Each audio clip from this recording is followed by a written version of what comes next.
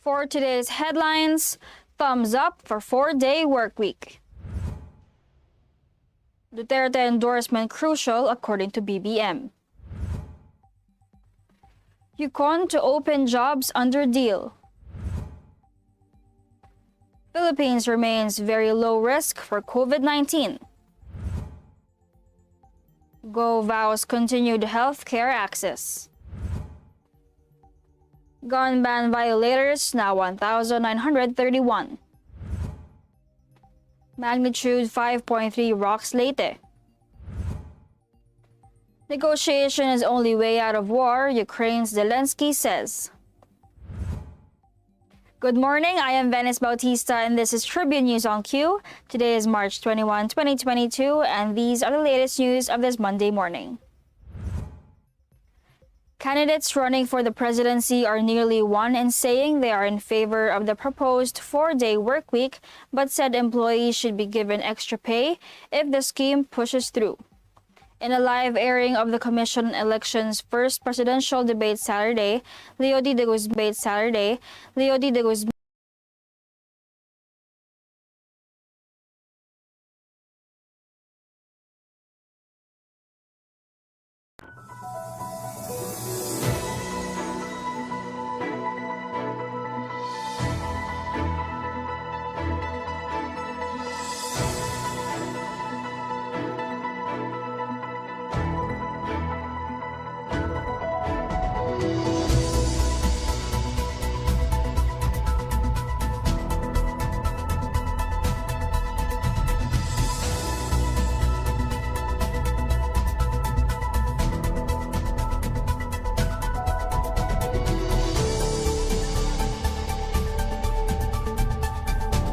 employers would oppose the proposal, which he described as a temporary measure while fuel costs remain high, and the former Duterte spokesperson and Foreign Affairs Undersecretary Ernesto Abella also said that they're all in agreement that the public should not be shortchanged.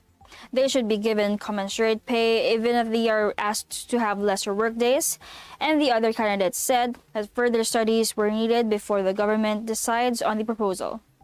For Isko Moreno Domagoso of the Acción Democrático, the 4-day workweek should depend on the types of industries. Senator Manny Pacquiao of PROMD also shared Isko's view, citing the health risks of 10-hour daily working hours for workers in some industries. Lawyer and Dr. Jose Montemayor Jr. opposed the proposal, saying it may have a detrimental effect on the economy. Meanwhile, Norberto Gonzalez and Faisal Mangondatu both said the proposal should be thoroughly studied, adding that the objectives of the suggested measure should be defined. The 4-day workweek was among the recommendations presented by the National Economic and Development Authority to presidential debate in a bid to lessen the transportation costs of workers, as fuel prices now range from 70 pesos to 80 pesos per liter. The palace has since reviewed the proposal, and under the proposed 4-day workweek, employees have to render a 10-hour job per day instead of 8 to meet the required 40 hours per week. The same arrangement was implemented in 2008 when fuel prices were also high.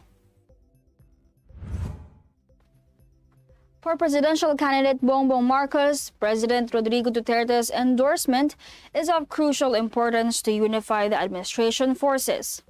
Describing himself as the only presidential candidate who supports the Duterte administration, Bongbong believes the popular chief executive's endorsement would boost his presidential campaign. The president's endorsement is important because his approval ratings are at 80% and he brings a lot of votes with him. If he endorses someone, many will follow him, and the public trusts the president, Bongbong said during an interview with Communications Secretary Martin Andanar aired on Saturday night. In the December 2021 survey of the social weather stations, Duterte maintained a very good net satisfaction rating of +60.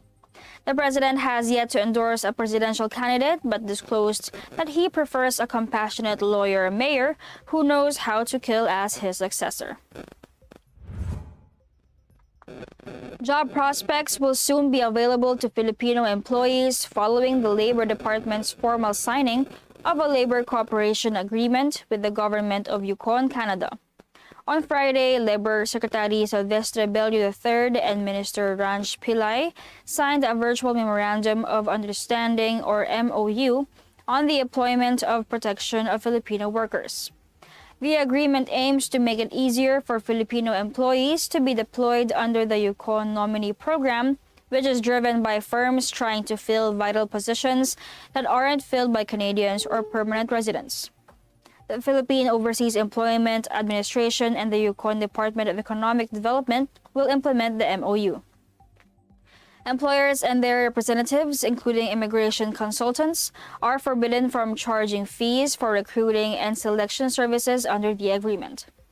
Bello and Pillay praised the MOU, which has been in the works since 2019.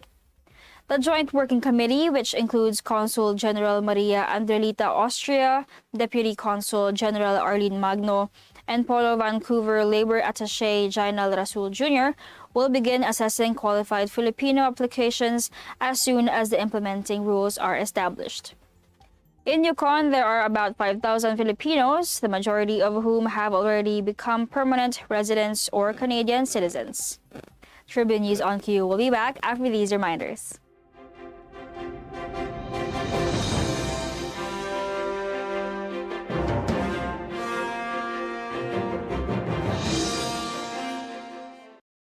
Alamin ang latest entertainment at sa mga paborito niyong celebrities kasama si Pocholo Concepcion sa programang WhatsApp. Makibanding at kwentuhan kasama ang mga kilalang personalidad sa entertainment industry. Sama-sama natin silang kilalanin at silipin ang makulay nilang mundo every Tuesday at 2 p.m. Kaya sit back and relax lang kayo mga katribu. Hanapin at ilike ang Daily Tribune Facebook page at Tribune Now on YouTube. Dahil sagot na namin ang masayang kwentuhan dito lang sa WhatsApp. Mga katribu, tara na't makiisa at matuto sa mga public service programs hatid ng Kalingang Katribu. Tuwing Lunes, nandyan ang usapang business na magbibigay tips at inspirasyon sa mga aspiring entrepreneurs kasama si Vernon Velasco. Tuwing Miyerkules, usapang pangkalusugan naman ang tatalakayin ni Miss Cory Quirino sa Health and Wellness.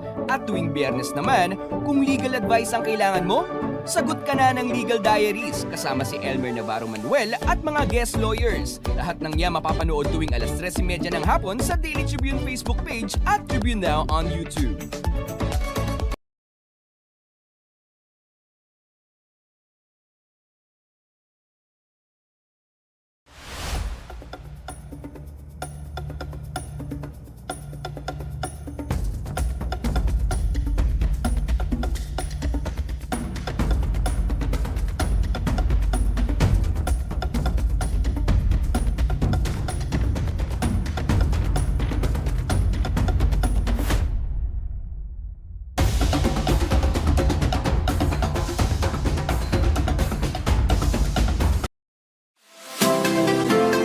Magandang araw mga katribu! Narito na ang mga makakasama nyo tuwing umaga sa programang Gising Na. Roy Pelevelo, Atty. Lia Badillo Crisostomo, Vernon Velasco, Kim Sancha at Chert Balagtas. Abangan ang programang Gising Na mula alas 8 hanggang alas 9 ng umaga sa Facebook page ng Daily Tribune. Ilabas na ang mainit na kape at samahan kami sa inyong pag-almusal, mga katribo. Simulan natin ang bawat umaga with good vibes sa mga informative and recreational segments ng aming programa. Maaari niyo rin ibahagi sa amin ang inyong opinion via Daily Tribune Facebook page at Tribune Now sa YouTube. Makichika na rin sa latest showbiz happenings mga katribo. Kaya naman, magkita-kita po tayo mula Lunes hanggang Biyernes, alas 8 hanggang alas 9 ng umaga at magsama-sama po tayo sa Gising Na!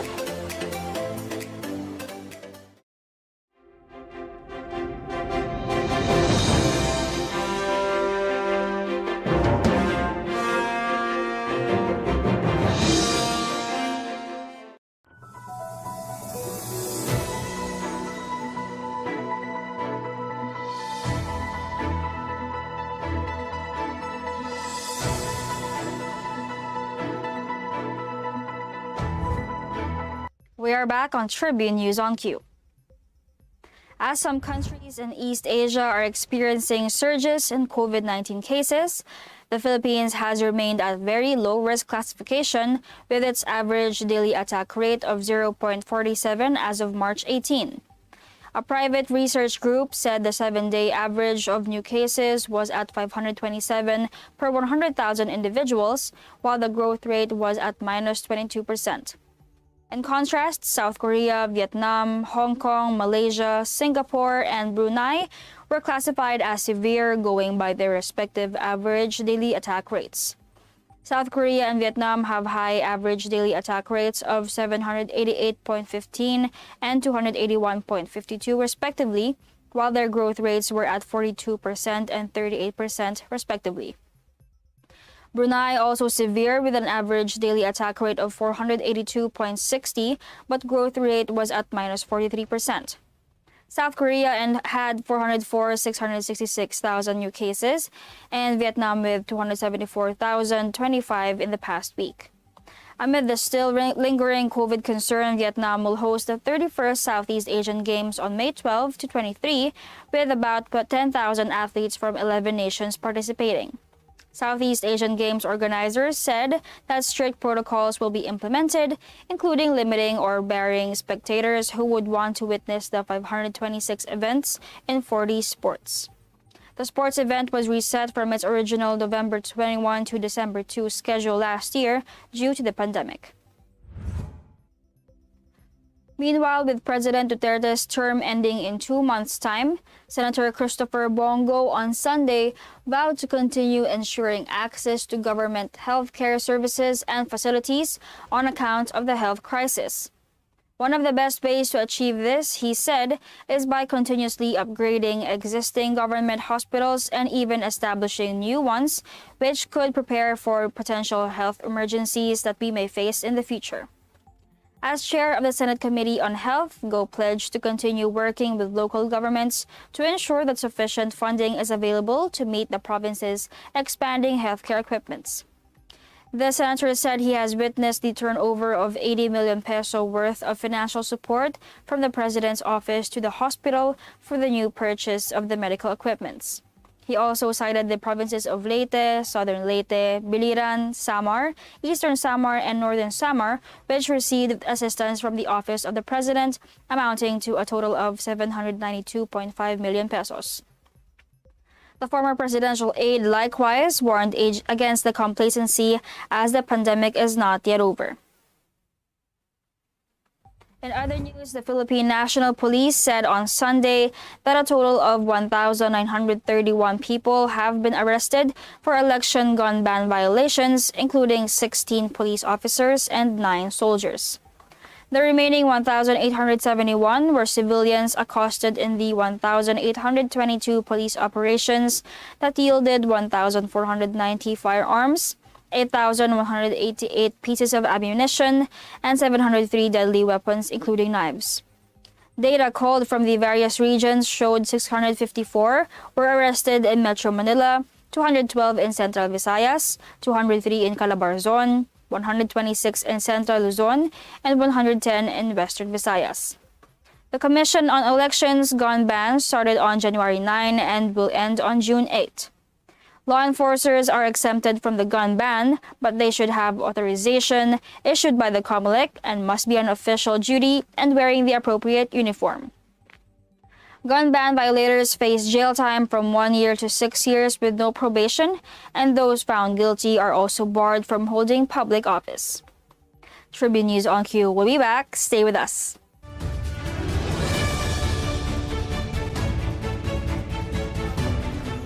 Mahalin natin ang Pilipinas.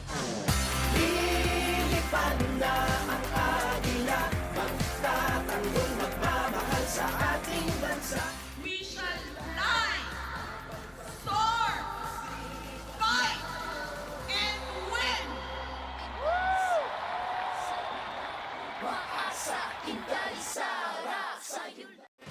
Mga impormasyong direktang makukuha mula sa sources at diretsahang usapan. Yan ang ating daming sa inyo sa programang Straight Talk. Samahan nyo kami sa makabuluhang talakayan live tuwing Martes alas 10 ng umaga sa official Facebook page ng Daily Tribune at Tribune Now on YouTube.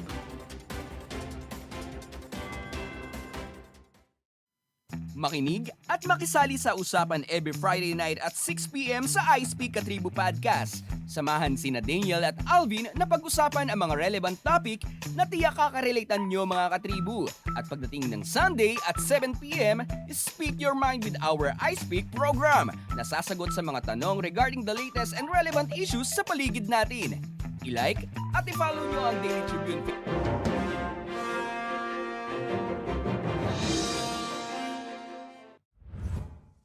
You are still watching Tribune News on Q. A magnitude 5.3 earthquake rocked Leyte at 12:39 a.m. Monday, March 21, according to the Philippine Institute of Volcanology and Seismology, or PHIVOLCS. PHIVOLCS added that the quake, which has a depth of 4 kilometers, was located at 10 kilometers south, 58 degrees west of Burauen, Leyte. Intensity 5 was felt in Barawen or Moc City, Cananga, La Paz, Julita, and Pastrana, Leyte, and intensity 4 in Dulag, Santa Fe, Barugo, Abuyog, Palo, Tolosa, Capuocan, and Baybay City, Leyte, and Tacloban City. PHIVOLCS added that while no damage was recorded, aftershocks should be expected. In other news, Ukrainian President Volodymyr Zelensky on Sunday renewed his plea for talks with his Russian counterpart, taking to U.S. television to say negotiations were the only way to end this war. He stressed that he and President Vladimir Putin were the only principals able to thrash out a deal to stop the fighting, now in its 4th week. But he signaled he would lay down red lines against ceding Ukrainian territory, including 2 pro-Moscow breakaway regions. The reiteration of Zelensky's call for peace talks came as he and other Ukrainians accused Russia of committing war crimes after authorities said the invading forces had bombed a school, sheltering some 400 people in the besieged city of Mariupol. The leader, who has emerged as a national hero for his very public stance against Putin and his forces, has spoken of Ukrainians' fierce resistance to the invasion and told Russia that several thousands of its soldiers have died in battle so far. Zelensky repeatedly has warned of the potential for the Russia-Ukraine conflict to mushroom into an all-out global war. And that wraps up the stories this morning, but before we go, we would like to thank the following: SM Store, Arnada City, Department of Tourism, MG Motors, Hina Motors, Security Bank, Empire Eastland Holdings Incorporated, and Overseas Community Affairs Council member Alan Lin, a Republic of China, for their continued support. Again, this is Venice Bautista on Tribune News on Q. Stay safe, stay healthy, and stay at home. Good morning. Catch the latest news on our website, tribune.net.ph. Follow us on Facebook, Twitter, and Instagram. Subscribe to our YouTube channel, Tribune Now. Download the Daily Tribune app on Apple Store for iOS and Google Play for Android to get the latest and most comprehensive news online. Daily Tribune invites you to join its vibrant community, Katribu, to get updates on the hottest news on politics, business, sports, lifestyle, and entertainment. Emoticons of the Tribune mascot Tercito are available on our community Viber.